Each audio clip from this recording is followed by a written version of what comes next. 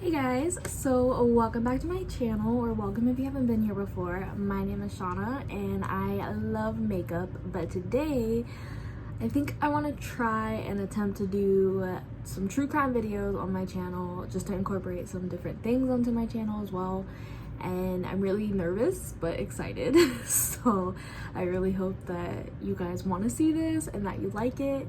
But you can always leave some case suggestions in the bottom and on the comments. Let me know what you think of it, things that I can improve and stuff like that. So yeah, I'm gonna jump into my case. As you can tell by the title, it is about the boy in the box. On February 25th, 1957, a young boy who was not more than 4 or 5 years old was found in a battered box that was actually housed a bassinet in it. That would be important later on.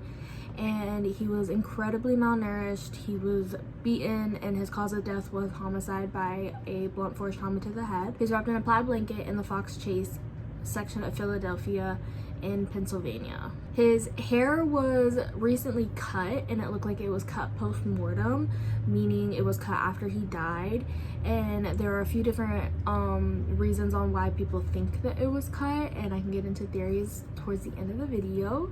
But he did have a really bad haircut, basically. So he had a really bad haircut, and his body actually had signs of previous surgery. He had a scar that was the shape of an L underneath his chin, and then he had also scars on his ankles and on his groin area as well. These could have been surgical scars, or they could have been if he was being held captive or something. His body was actually discovered 2 separate times. The first time, the young man was setting muskrat traps, and he did find the boy, and he did not go to the police because he was scared that the police would get onto him about the muskrat traps. So he did not go to the police. And then the second boy, I read on 2 separate sources. The first one was that he was chasing a rabbit into the brush, but then it actually turned out that he did not go. Sorry if you can hear that motorcycle. It turns out that he did not. Are you kidding me? So the second time that the body was found was from a young man running through the brush, and he was chasing a rabbit. However, in another article, I did find that he did not go to the police right away. He went the day after from a guilty conscience, but the reason he did not go was because I guess he was looking at girls through windows or something, so he basically didn't want to give himself up of like why he was in that area. So that's why he did not tell them first thing. But he did go back and he did tell the police, and then that is when the search started. There were over 200 officers that went through the entire area where the boy was found. It was in a wooded area. They only found 3 items, and it was a child's scarf, a man's blue corduroy cap, and a handkerchief with the letter G embroidered onto the corner. These were the only 3 items that were ever found around that area, and they just never were any significance to the case, and they have never been connected to the case or the boy at all. After he was discovered, thousands of posters were put around all over the city and all over the nation just to see if anyone recognized the young boy. He was only a little boy. He was only about 3 foot 7 inches, and he weighed about 80 pounds because he was so malnourished. And he was battered and beaten and killed so heinously. When they weren't getting any leads from the posters, they actually dressed the boy in a really nice outfit, and they sat him in an upright position. I will insert the photos here, but they sat him in an upright position, and they did it as like a lifelike image of what he would look like if he was like in church, or if he was just, you know, a random boy walking down the street, if anyone noticed him that way. This was actually a really popular thing that they did back in that day. It was in the 1950s, so this was really common for them to do just to get more recognition, because they didn't have as much software for DNA and things like that back in this time. So after the thousands of posters and the lifelike picture that was taken of the boy, there was no leads that came from any of it. There was nothing that the police could do. There's nobody that came forward to anything about anything. Like, there was just nothing about the young boy. So that's pretty much it for the case, but there are a few different theories. And the first one, which is about his hair, so I read on just a couple of sources that one of the big theories was that apparently if he was being raised as a girl, back in the day. There was actually a sketch made of what he would look like if he was raised as a girl, but they think that if he was, they cut his hair because they wanted to kind of deter the police and other people from noticing him and having short hair rather than long hair, because you know it's kind of gonna throw someone off if it's like, oh, I've only ever saw him with long hair. So basically whoever did this cut the hair really quick, really fast, not anything fancy and stylish, because they just wanted to deter the police away from finding out who this actually was. Another theory was really interesting, and it was actually about that there's actually a foster home that was only about 1.5 miles away from where he was found. There was an employee with the medical examiner. His name was Remington Bristow, sorry if I'm saying that wrong. He was so troubled by the case that he went to a psychic who told him about this foster home nearby, or that she sensed a foster home nearby, and that he needed to go and find it and basically ask about them and see if he knew who this young boy was. So I guess the psychic came to visit, and they found the foster home. It read right to the doorstep. Now, when it comes to murder investigations and true crime and unsolved mysteries and things like that, I don't think that psychics are the best people to come to. I know a lot of people are not genuine when it comes to that. They want their fame and they want their money, and they're not actually real mediums or anyone that can actually communicate with who they say they do. When Mr. Bristow and the psychic got to the foster home, there was actually an estate sale going on, and weird enough, they found a bassinet that was in the estate sale that looked like what would be in the contents of what would be in the box that the boy was found in. He was also found wrapped in a plaid blanket, and they also found other blankets that were similar to that. So those were hanging around and also out for the estate sale as well. Remington Bristow believed that the boy could actually belong to the stepdaughter of the man who ran the foster home, and they think that he accidentally died. And because of the girl, she was very young, the stepdaughter was, she was very young. I think her name was Anna Marie. You can let me know if I was wrong about that. But yeah, she was basically had a baby out of wedlock, and at this time in the 50s, that was really, really frowned upon. They would get stoned, they would be put to death if they had a baby out of wedlock, or they had like sex out of wedlock. That was a big no-no back in the day. And so they think that because the baby accidentally died, that they helped hide the body, and that's how the boy ended up in the box. Afterwards, the man who ran the foster home and the stepdaughter were both questioned, and this is just a really awkward and weird fact, but he ended up marrying his stepdaughter. So that was just really weird. But yeah, if this was a normal thing back in the day, so it was okay for them at that time, but to us now we're like, ew, what the heck. But anyway, yeah, so they did end up getting married. They were questioned by the police, and the police don't think they had anything to do with the missing boy. So this is the last theory I'm going to talk about, and it is the one that I believe the most. It is very plausible. It is very, it just seems like it could be legit. And there's some things that kind of have holes in the story, but a lot of it is kind of seems like it would work. So there is this character, we could call her name is Martha. She goes by M.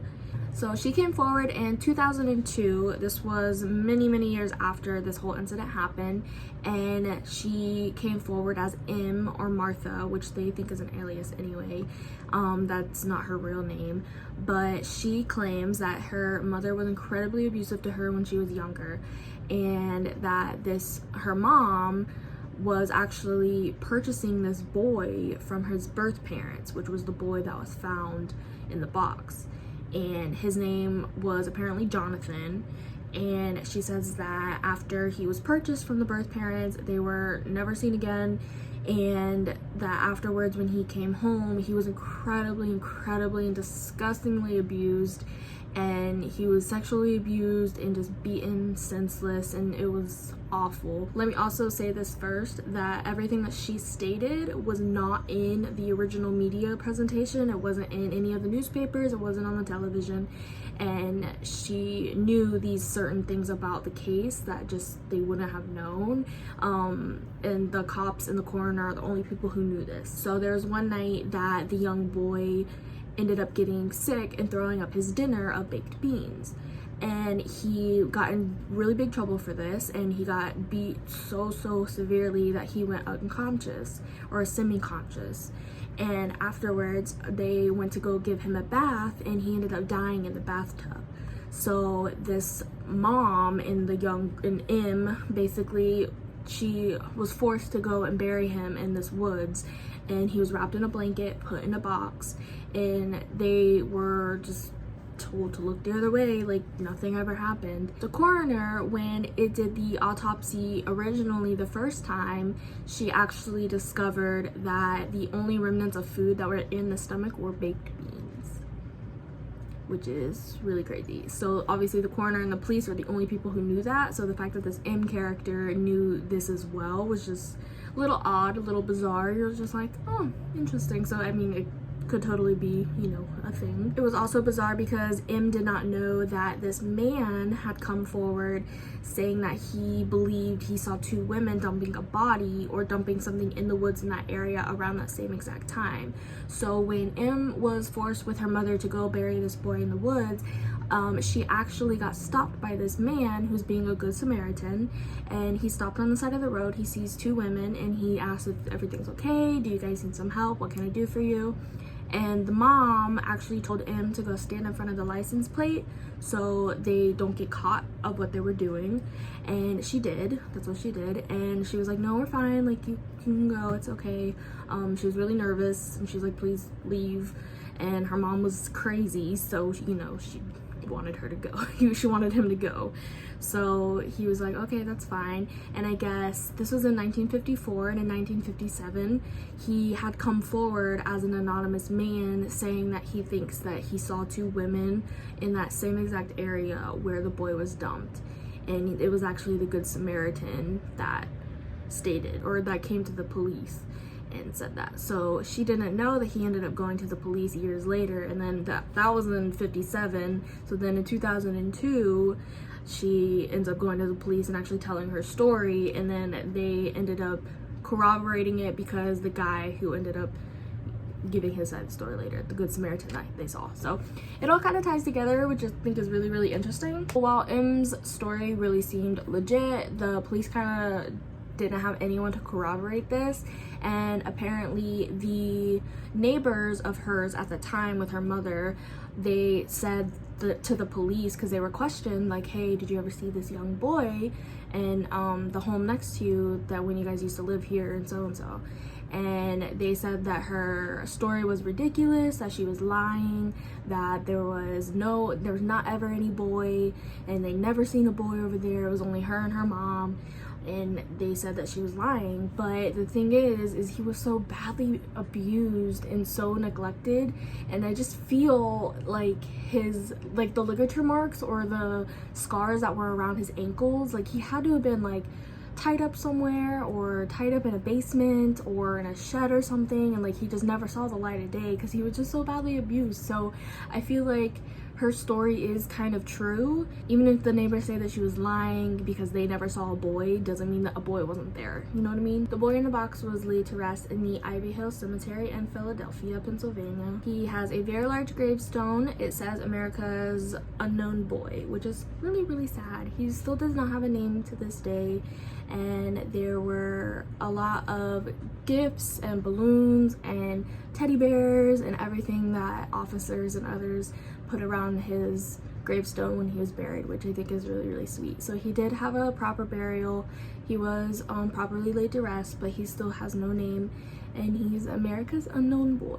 DNA and also his thumbprints, the National Center for Missing and Exploited Children. So his fingerprints are in the database now. So if anything ever comes up of this case, like ever, hopefully it will someday, I don't know, because a lot of the people who were involved in this case have either passed on or they're really, really old now.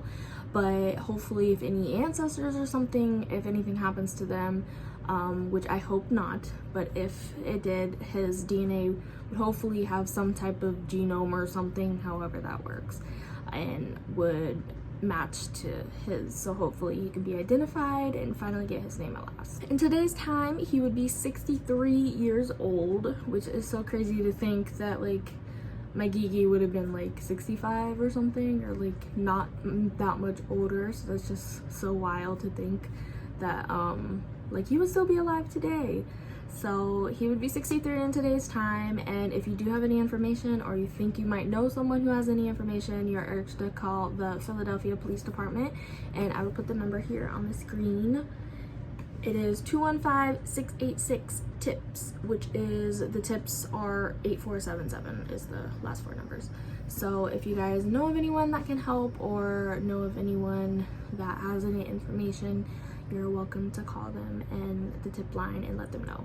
And the non-emergency line is 311, not 911. That is emergency only. So yeah, this was my first ever case that I've covered. I hope I did an okay job at it. Obviously this is my first time. Please be nice. Please be gentle. I'm learning, so just let me know of anything I can do or whatever it may be. I am filming this on my phone right now, so my camera was being so stupid today, so I just used my phone. But I really hope that you guys liked it, and let me know some case suggestions and stuff in the bottom bar, and please like and subscribe. And I'm so happy that I got to do this, and I do want to do another one soon, something a little smaller, not anything crazy like the Lori Vallow case going on right now. Yeah, that case gets me heated, so maybe I'll cover it in the future. So thank you guys for watching, and I love you. Bye.